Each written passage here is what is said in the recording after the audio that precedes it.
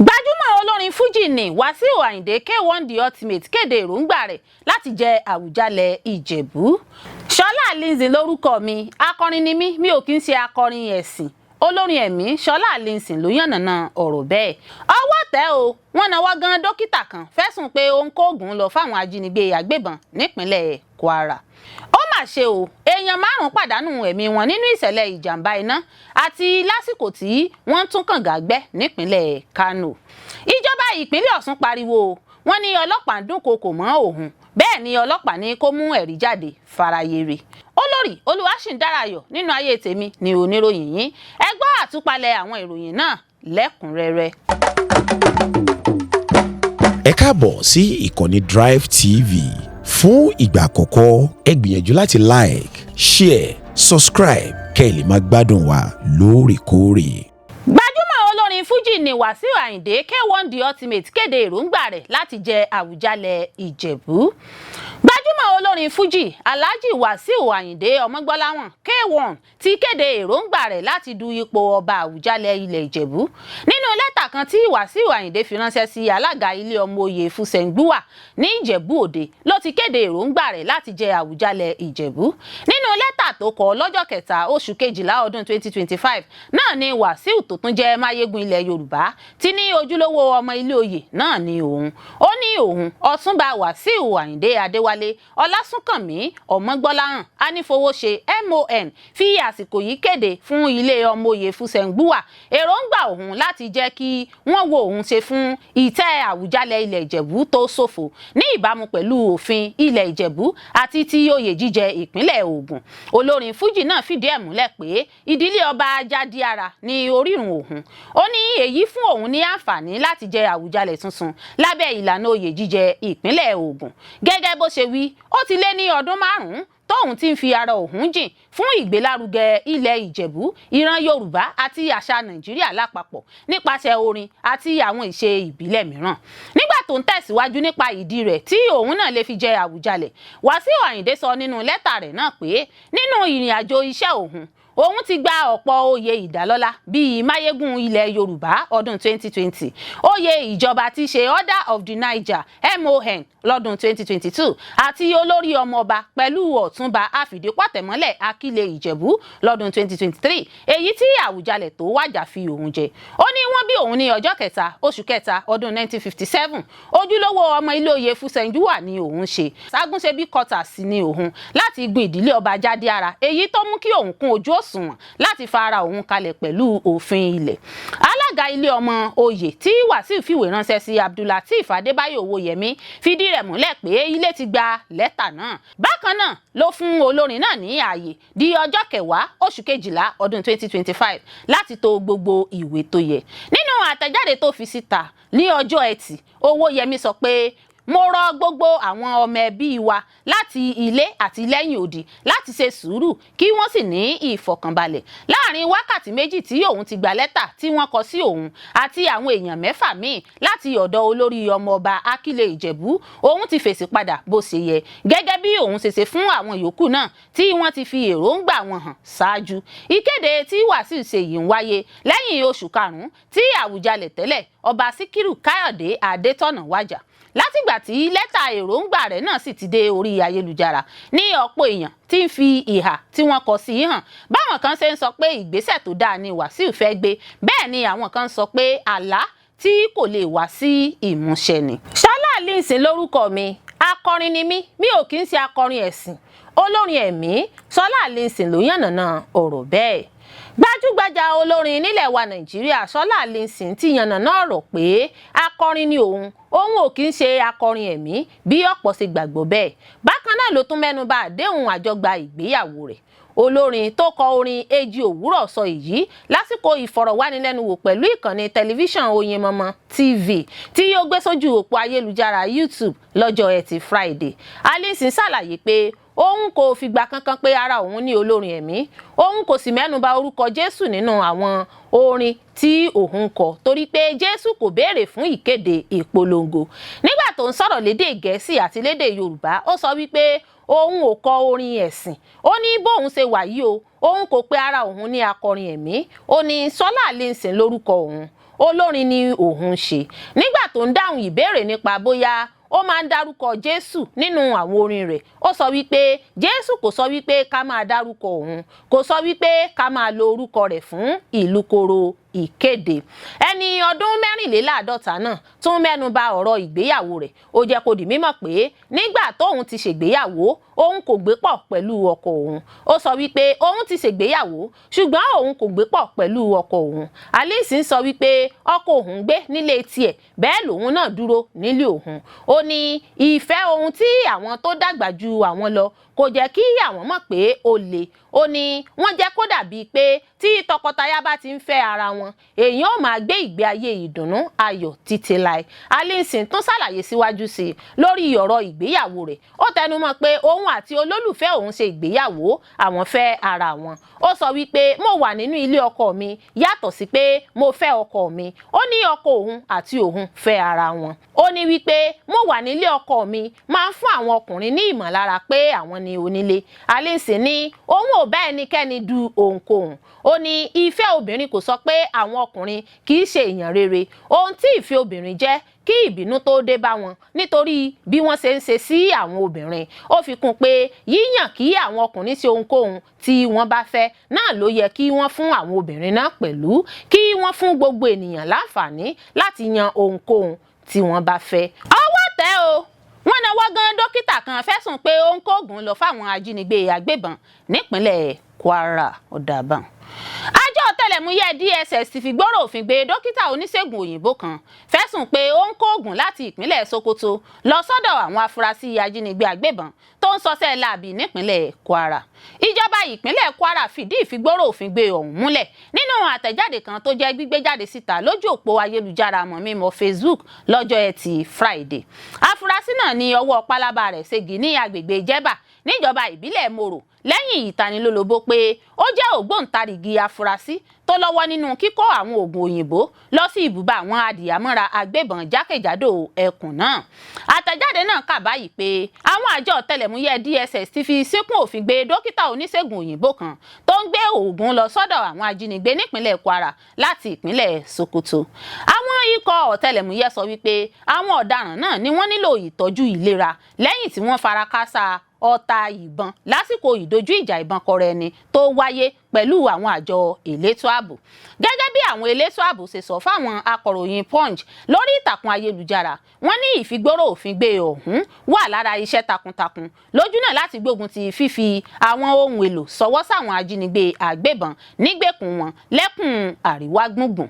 Kwara tó jẹ́ ìpínlẹ̀ onífọ̀kànbalẹ̀ lẹ́kùn àríwá gbùngbùn ló ti ń kojú ìṣẹ̀lẹ̀ ètò ààbò tó mẹ́hẹ láwọn oṣù díẹ̀ sẹ́yìn pẹ̀lú àwọn ìṣẹ̀lẹ̀ ìkọlù tó wáyé ní Kayama, Baruti, Èkìtì àti àwọn apá ibìkan níjọba ìbílẹ̀ Moro.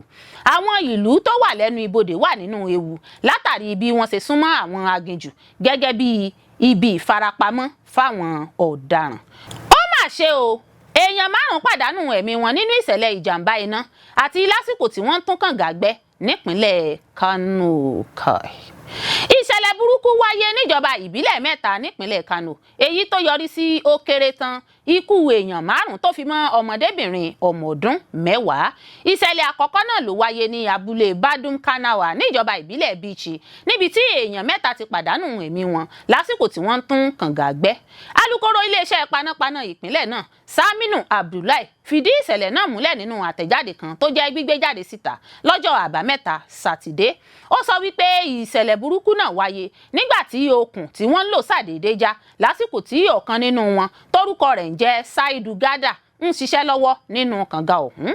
Ó ṣàlàyé pé àwọn ikọ̀ láti olú iléeṣẹ́ àjọ náà gbéra lọ sí ibi tí ìṣẹ̀lẹ̀ náà ti wáyé. Nígbà tí wọ́n débẹ̀, wọ́n bá àwọn èèyàn 3 tí wọ́n tún kànga gbẹ́. Okùn kan ló ṣàdédé já nígbà tí bàbá kan ṣiṣẹ́ lọ́wọ́ nínú kànga náà. Ẹni náà torúkọ rẹ̀ ń jẹ́ Saidu Gada, ẹni ọdún 65 ní kò lè jáde kúrò láti inú kànga mọ́. Nígbà náà ni ọmọ rẹ̀ ọkùnrin Sani Yaku, ẹni bíi 20 ọdún, bá kó sínú kànga náà ní èròǹgbà láti dóòlà bàbá rẹ̀, ṣùgbọ́n gbogbo ìgbìyànjú rẹ̀ ló já sí pàbó. Nígbà tó yá ní ẹnì kẹta tí wọ́n pè ní Yakubu Abdullahi, ẹni 60 ọdún 60 years náà bá kó sínú kànga ọ̀hún. ní èròngbà láti dóòlà bàbá àti ọmọ ṣùgbọ́n tó ṣeni láàánú pé òun náà ò lè jáde kúrò nínú kànga náà. Ó fi kún pé àwọn òṣìṣẹ́ àjọ panápaná gbìyànjú láti dóòlà àwọn èèyàn ọ̀hún tí wọn ò lè mí dáadáa mọ́ ṣùgbọ́n tí wọ́n padà fìdí èkú wọn múlẹ̀. Àwọn olùfarakásá náà ni wọ́n fà lé ọwọ́ DSP ti àgọ́ iléeṣẹ́ ọlọ́pàá Bádú níjọba ìbílẹ̀ Bichi ní Kabiru Iliasu. Ìṣẹ̀lẹ̀ àjálù míì ló tún wáyé níjọba ìbílẹ̀ Dambata níbi tí ọmọkùnrin ọmọ ọdún 10 tórúkọ rẹ̀ ń jẹ́ Azam Iliasu Haruna ti kó sínú kànga tó sì kú. Ìṣẹ̀lẹ̀ ẹlẹ́ẹ̀kẹta ló wáyé níjọba ìbílẹ̀ Nasarawa ní Badawa Lẹ́yìndé níbi tí ọmọbìnrin ọmọ ọdún 10 ti pàdánù ẹ̀mí rẹ̀ nínú ìṣẹ̀lẹ̀ ìjàmbá iná tó wáyé ní ọjọ́bọ̀ Thursday ọjọ́ 4 oṣù kejìlá ọdún 2025. Abdullahi ní ikọ̀ panápaná gbéra lọ sí ibi tí ìṣẹ̀lẹ̀ ti wáyé tí wọ́n sì rí ilé ọ̀hún tó ti gbaná jẹ. Ọmọdébìnrin ọmọ ọdún 10 ló ṣe bẹ́ẹ̀ há sínú ìṣẹ̀lẹ̀ ìjàmbá iná ọ̀hún tí wọ́n sì dóòlà ọmọdébìnrin náà tí kò lè mí dáadáa mọ́ ṣùgbọ́n lẹ́yìn ọ̀rẹ̀yìn wọ́n padà fi ìdí ikú rẹ̀ múlẹ̀. Ọ̀gá àgbà àjọ náà Sanni Enas rọ àwọn aráàlú láti fòpin sí kíkó sínú kànga nígbà tí ẹnìkan bá há sínú kànga. Ó ṣèkìlọ̀ pé gígùn lé irú ìwà bẹ́ẹ̀ lè yọrí sí ọ̀pọ̀ ìpàdánù ẹ̀mí. Àjálù burúkú kò ní ya ọ̀dọ̀ wa bí ọdún yìí ṣe ń parí lọ láṣẹ Elédùà. Ìjọba ìpínlẹ̀ Ọ̀ṣun pariwo wọ́n ní ọlọ́pàá ń dúnkokò mọ́ òun bẹ́ẹ̀ ni ọlọ́pàá ní kó mú ẹ̀rí jáde faraye rí. Ìjọba ìpínlẹ̀ Ọ̀ṣun ti fẹ̀sùn kan iléeṣẹ́ ọlọ́pàá ìpínlẹ̀ náà pé ó ń dúnkokò dún mọ̀wúrú mọ́ àwọn òṣìṣẹ́ òun nítorí òṣèlú. Nínú àtẹ̀jáde kan tó jẹ́ fífi léde lójú òpó Twitter ní ìjọba Ọ̀ṣun ti sọ ọ̀rọ̀ náà jáde. Gẹ́gẹ́ bó ṣe sọ, àwọn olóṣèlú kan lo àwọn ọlọ́pàá láti dúnkokò mọ́ àwọn òṣìṣẹ́ òun èyí tí kò sì yẹ kó rí bẹ́ẹ̀. Àtẹ̀jáde náà ti kọmíṣánná fún ètò ìròyìn Kọ́lápọ̀ Álímì fi léde sọ pé àwọn ọlọ́pàá ọ̀hún fi ẹ̀sùn ìwà ọ̀daràn kan àwọn òṣìṣẹ́ ìjọba ìpínlẹ̀ náà. Ó wá rọ ọ̀gá àgbà iléeṣẹ́ ọlọ́pàá ní Nàìjíríà Káyọ̀dé Ẹgbẹ́tókun kó kìlọ̀ fún àwọn òṣìṣẹ́ rẹ̀ kí wọ́n má fi ara wọn sílẹ̀ gẹ́gẹ́ bí irinṣẹ́ fún olóṣèlú. Álímì sọ pé gẹ́gẹ́ bí ìjọba tó ń bọ̀wọ̀ fún òfin ó jẹ́ ìyàlẹ́nu fún òun pé àwọn ọlọ́pàá ń gbógun ti àwọn òṣìṣẹ́ ìjọba nítorí òṣèlú. Lásìkò yìí tó yẹ kí àwọn ọlọ́pàá gbájúmọ́ ètò ààbò tó mẹ́hẹ̀ níṣe ni wọ́n ń ṣe ẹrú fún àwọn olóṣèlú èyí tó yàtọ̀ sí ojúṣe tí wọ́n wà fún. Álímì sọ pé gbogbo ọmọ Nàìjíríà ni ọlọ́pàá wà fún nítorí náà iléeṣẹ́ ọ̀hún kò gbọ́dọ̀ fi ara rẹ̀ sílẹ̀ fún olóṣèlú láti máa lò bí irinṣẹ́ lòdì sí aráàlú. Nígbà tí iléeṣẹ́ ọlọ́pàá ìpínlẹ̀ Ọ̀ṣun sọ̀rọ̀ lórí ẹ̀sùn ọ̀hún tí ìjọba ìpínlẹ̀ Ọ̀ṣun fi kàn án, wọ́n ní àwọn ti rí ìwé ẹ̀sùn náà tí ìjọba Ọ̀ṣun fi kàn àwọn àmọ́ ìjọba náà gbọ́dọ̀ fi ẹ̀rí kí ẹ̀sùn náà nídìí. Agbẹnusọ iléeṣẹ́ ọlọ́pàá Ọ̀ṣun Abíọ́dún Ọ̀jẹ̀lábí sọ fún àwọn oníròyìn pé wọ́n gbọ́dọ̀ tọ́ka sí ìṣẹ̀lẹ̀ kan ní pàtó láti fìdí ẹ̀sùn náà múlẹ̀. Wọ́n ní ìjọba Ọ̀ṣun kò lè ṣàdédé kọ ọ̀rọ̀ síta pé ọlọ́pàá ń dúnkokò mọ́ wọn láì fi ẹ̀rí kankan gbé ẹ̀sùn náà nídìí. Nítorí náà àwọn ń fẹ́ kí wọ́n tọ́ka sí ìṣẹ̀lẹ̀ kan tàbí méjì níbi tí ọlọ́pàá ti gbógun tì wọ́n tàbí dúnkokò mọ́ aráàlú. Láti ṣẹ́gun àwọn ìgbésùnmọ̀mí, ìjọba gbọ́dọ̀ ní àkójọpọ̀ orúkọ gbogbo aráàlú lórí ẹ̀rọ kọ̀ǹpútà. Ajagunfẹ̀yìntì Christopher Musa ló sọ bẹ́ẹ̀. Mínísítà tuntun fún ètò ààbò nílẹ̀ wa Nàìjíríà Ọ̀gágun Christopher Musa ti sọ pé kò tọ́ fún ìjọba Nàìjíríà kó máa sanwó ìtúsílẹ̀ fún àwọn ajínigbé tàbí kó máa bá àwọn agbésùnmọ̀mí dúnàdúrà. Bẹ́ẹ̀ ló tún sọ pé gbogbo akitiyan ìjọba Nàìjíríà láti rẹ́yìn àwọn agbésùnmọ̀mí ajínigbé kò ní so èso rere tí ìjọba kò bá ní àkójọpọ̀ gbogbo aráàlú lórí ẹ̀rọ ayárabíàṣá kọ̀ǹpútà. Musa sọ̀rọ̀ náà lásìkò tí àwọn aṣòfin fi ọ̀rọ̀ wá lẹ́nu wò nílé àwọn aṣòfin náà tó wà nílùú Àbújá kí wọ́n tó buwọ́lu ìyànsípò rẹ̀. Ìfọ̀rọ̀wánilẹ́nuwò tí àwọn aṣòfin ṣe fún yìí ló wáyé lẹ́yìn ọjọ́ kan ṣoṣo tí ààrẹ fi orúkọ rẹ̀ ránṣẹ́ sí wọn. Nígbà tó ń sọ̀rọ̀ ó ní gbogbo ẹ̀ka ìjọba Nàìjíríà gbọ́dọ̀ wọ́gi lé ìdúnàdúrà pẹ̀lú àwọn ajínigbé bó ṣe ń wáyé láwọn orílẹ̀-èdè tó ti gòkè àgbà lágbàáyé. Musa sọ pé kò yẹ kó sí ìdúnàdúrà kankan pẹ̀lú àwọn ọ̀daràn. Ó ní tí a bá ń fún àwọn agbésùnmọ̀mí ní owó ìtúsílẹ̀ níṣe là ń ró wọn lágbára láti túbọ̀ lọ kó ara wọn jọ láti pinlẹ̀ ìkọlù míì torí pé wọ́n á rí gẹ́gẹ́ bí ọ̀nà àti kówó jọ fún ara wọn. Gẹ́gẹ́ bí ó ti wí, ó ní gbogbo àwọn ìlú tí wọ́n ń dúnàdúrà pẹ̀lú àwọn agbésùnmọ̀mí ní àwọn ọ̀daràn náà tó ń padà kọlù lọ́jọ́ míì. Ajagun fẹ̀yìntì ọ̀hún sọ pé iṣẹ́ àwọn ológun ló jẹ́ ìdá 25 sí ìdá 30 láti yanjú ìṣòro ètò ààbò. Ìyókù ni àìríṣẹ́ṣe àwọn ọ̀dọ́ àtàwọn ìṣòro míì. Ọ̀gágun náà ṣàlàyé síwájú sí pé àwọn èèyàn kan tó ti bẹ̀rẹ̀ ìjínigbé tuntun lórí omi láàrin ààlà tó so ìpínlẹ̀ Akwa Ibom pọ̀ mọ́ orílẹ̀-èdè Cameroon. Ó tún sọ síwájú sí pé ìwakùsà lọ́nà àìtọ́ láwọn agbègbè kan ní Nàìjíríà túbọ̀ ń jẹ́ kí ìwà ọ̀daràn gbilẹ̀ sí. Musa tún fìdí rẹ̀ múlẹ̀ pé àwọn sọ́jà ikọ̀ ọmọ ológun tó ń yẹ àwọn ọkọ̀ wò lójú pópó yóò dínkù nítorí àwọn yóò kó àwọn sọ́jà náà lọ sínú igbó níbi tí wọ́n ti nílò wọn. Lẹ́yìn gbogbo atótónu lẹ́yìn ìfọ̀rọ̀wánilẹ́nuwò náà ó ní wákàtí bíi 5 tí wọ́n ṣe fún ilé ìgbìmọ̀ asòfin Nàìjíríà fòǹtẹ̀lù ọ̀gágun Christopher Musa gẹ́gẹ́ bíi mínísítà fún ètò ààbò. Musa tó jẹ́ olórí iléeṣẹ́ ọmọ ogun Nàìjíríà tẹ́lẹ̀ ní àwọn asòfin náà buwọ́lù lẹ́yìn ọjọ́ kan ṣoṣo tí ààrẹ fa orúkọ rẹ̀ kalẹ̀ fún wọn. Àyẹ̀wò rẹ̀ yìí ló wáyé lásìkò tí Nàìjíríà ń kojú ìpèníjà ètò ààbò tó mẹ́hẹ̀, ìgbésùnmọ̀mí àti ìjínigbé lemọ́lemọ́. Irúfẹ́ ìṣẹ̀lẹ̀ náà tó wáyé lẹ́nu lọ́lọ́ yìí ní ìjínigbé àwọn akẹ́kọ̀ọ́ 25 ní Maga ìpínlẹ̀ Kebbi pẹ̀lú ìròyìn pé kò pẹ́ tí àwọn ológun kúrò lágbègbè tí àwọn ọmọdé náà wà ṣáájú ìjínigbé ọ̀hún. Ọ̀gágun Musa ti wá sọ pé ohun àkọ́kọ́ tí òun yóò ṣe gẹ́gẹ́ bí mínísítà ètò ààbò ní ìwádìí ẹni pàtó tó pàṣẹ kí àwọn ológun kúrò lágbègbè ilé ẹ̀kọ́ àwọn ọmọ náà kí wọ́n tó jí wọn gbé lọ. Ó ní iléeṣẹ́ ológun kì í ṣe ojo tí yóò máa sá fún àwọn ọ̀daràn. Musa sọ pé a máa wá gbogbo wọn rí pẹ̀lú àjọṣepọ̀ àwọn iléeṣẹ́ agbófinró mìíràn. Bó tilẹ̀ jẹ́ pé ìhà àríwá Nàìjíríà làwọn agbésùnmọ̀mí ti ń jí àwọn akẹ́kọ̀ọ́ gbé jùlọ, ìjínigbé láwọn agbègbè míì ti di iṣẹ́ tó ń pa òbítíbitì owó wọlé fún àwọn jàǹdùkú wọ̀nyí. Wàyí o, mínísítà tuntun náà tún wá ké sí ìjọba àtàwọn aráàlú kí wọ́n dẹ́kun sísan owó ìtanràn, owó ìtúsílẹ̀. Ó fi kún pé láwọn ibi tí wọ́n bá ti ń san irúfẹ́ owó bẹ́ẹ̀, ìjínigbé níbẹ̀ tún máa ń pọ̀ sí ni.